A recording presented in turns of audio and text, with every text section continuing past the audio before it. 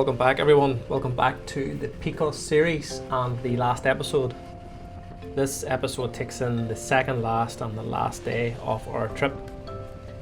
Starting off with our second last day, it was a fairly easy day, I think in and around 120 miles. When we set off that morning, it was typically warm as it had been for the last couple of days. It was in around the 20 to 22 degree mark at 9 a.m, which was still really hard to deal with even after the 4 or 5 days that we had. I did struggle with the heat as it got warmer throughout the day.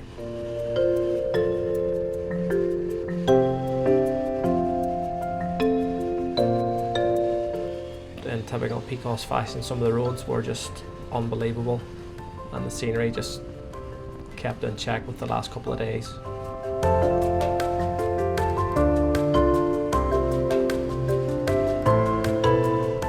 Before we set off, I actually did check the weather on the last full day, and it had forecast rain, but it didn't really dampen our spirits that much because the weather in the morning time and everybody's spirits and mood was so high. That was the thing that I found about Picos as well. You had day 1 and then day 2 and day 3, and it just kept giving you more of the same. You know, there was no day that really eclipsed the other or a day that was really not as good. They were all just, it was a blanket of unbelievable days riding.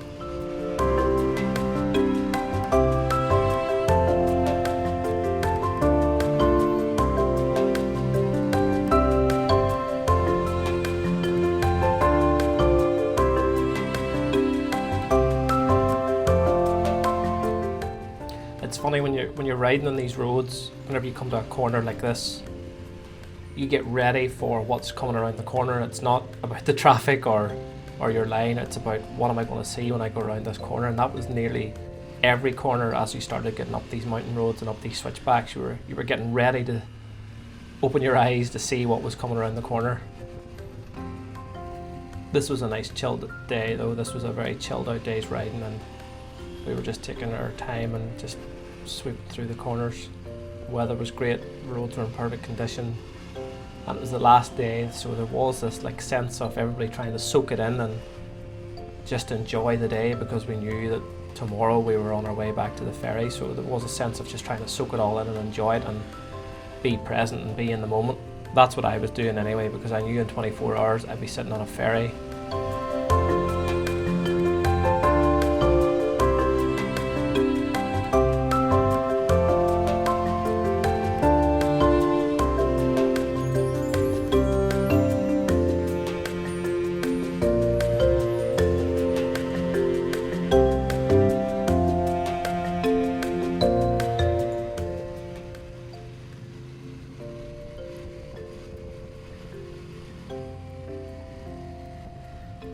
And we pulled into this little spot just beside the dam.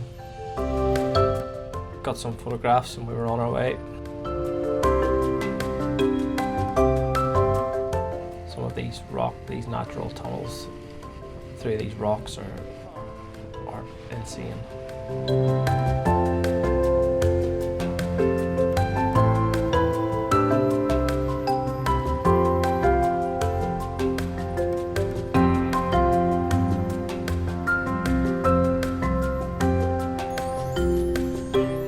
Got to the stretch of road, the roads really opened up and it was a really desolate area. It was awesome to see wild horses and wild cattle, and you know, there were vultures and stuff above our heads. It was just really, really cool to see.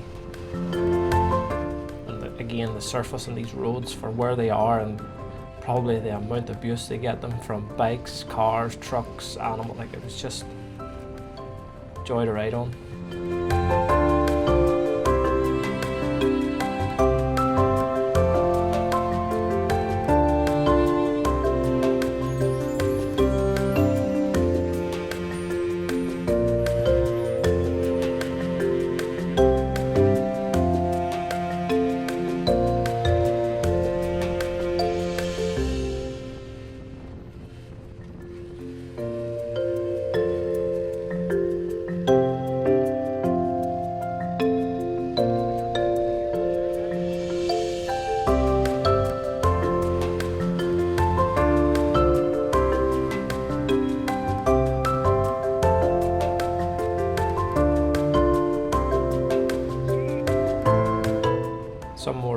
videography for me, but this viewpoint was exceptional.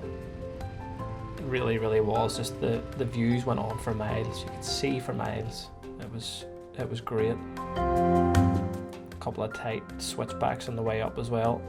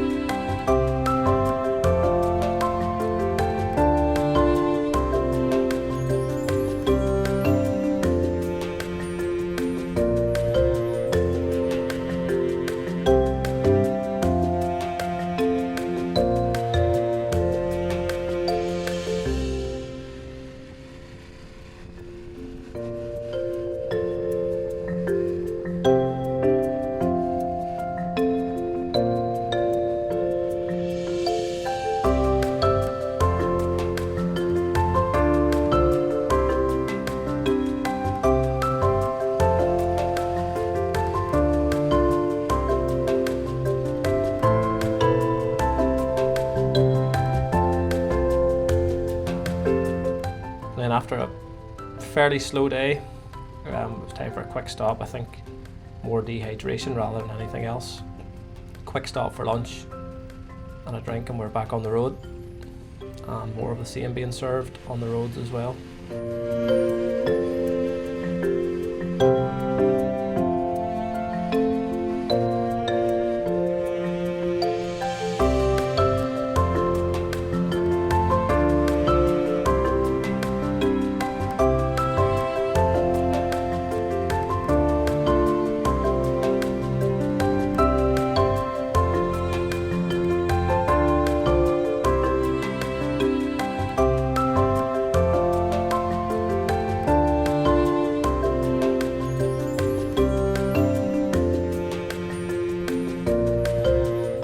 We did pass this little building a couple of times. Look at the colour of the water. Stunning. But just as we were about 20 minutes from the hotel, just as the forecast had threatened, it did start to rain. And we timed it to perfection, I think. It had forecast thunderstorms and lightning. So at about 3:30 in the day, which is a lot earlier than our normal day, we pulled the pin and said enough's enough and called it a day, so it was back to the hotel. And then sadly the next morning it was departure day, so quick stop down at the fuel station beside the hotel, both for me and the bike. So petrol and Red Bull acquired. It was time to get back on the road. Hola. Hola. Número 2.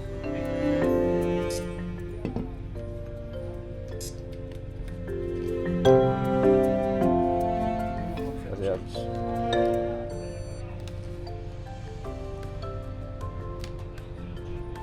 Perfecto, gracias. And then as we were making our way back to Santander that morning, the fog up in the mountains was so dense. Again, it's one of those ones whenever you're on the bike and you're trying to see through your nice tinted visor. Visibility wasn't great, hopefully it comes across on camera, but the fog was just so thick, and we were fairly high up at this stage. It was very early in the morning. This might have been 8:30 or 8:45 or something like that. We hadn't very far to go anyway, I think possibly 80 miles or something like that. At this stage, I can't remember. Richie must have been grabbing a photo there.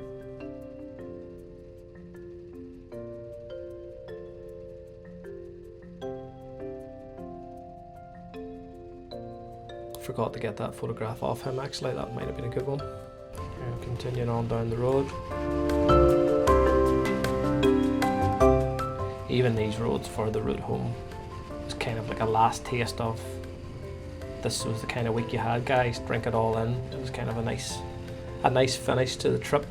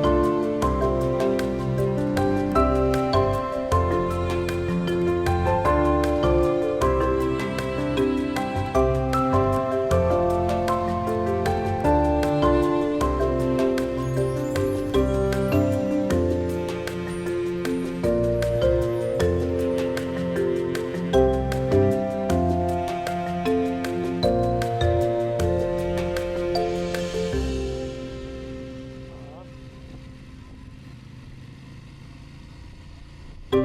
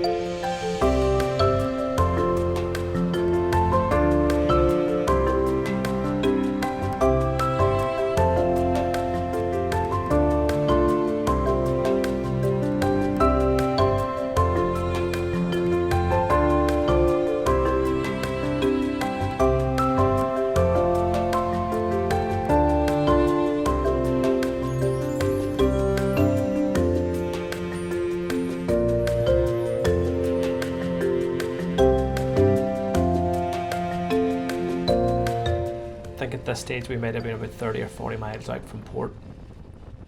I probably butchered those estimations, but yeah, so it was time for a quick coffee stop.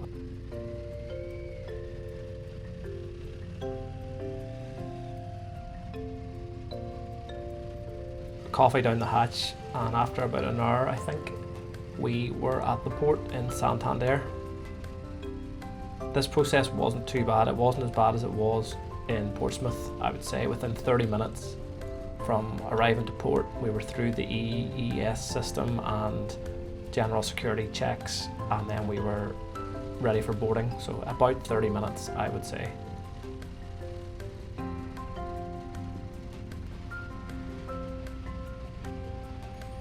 So after we'd all bunched up as best we could, kickstand down, get the bags off, and I was ready for another night at sea. This ferry thankfully was only one night at sea. It was slightly shorter than the ferry out where we had 2 nights, so that was a positive.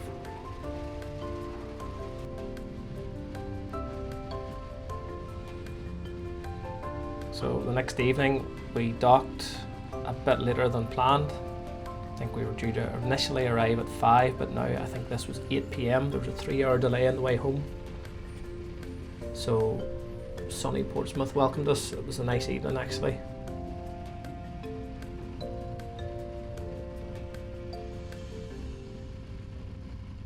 The group had already sort of said their goodbyes on board. I think everyone was travelling a multitude of different directions.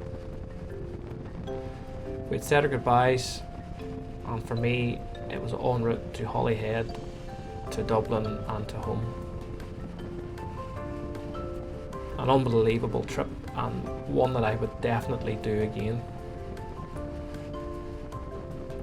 If you managed to stay this far into the video, guys, thank you very much for watching. I really appreciate it.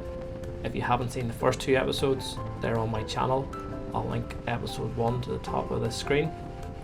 If you could, please give the video a like and subscribe to the channel. There are more trips planned for the end of 2026, and there's already some in the diary for 2027. Take it easy, guys. Catch you in the next one.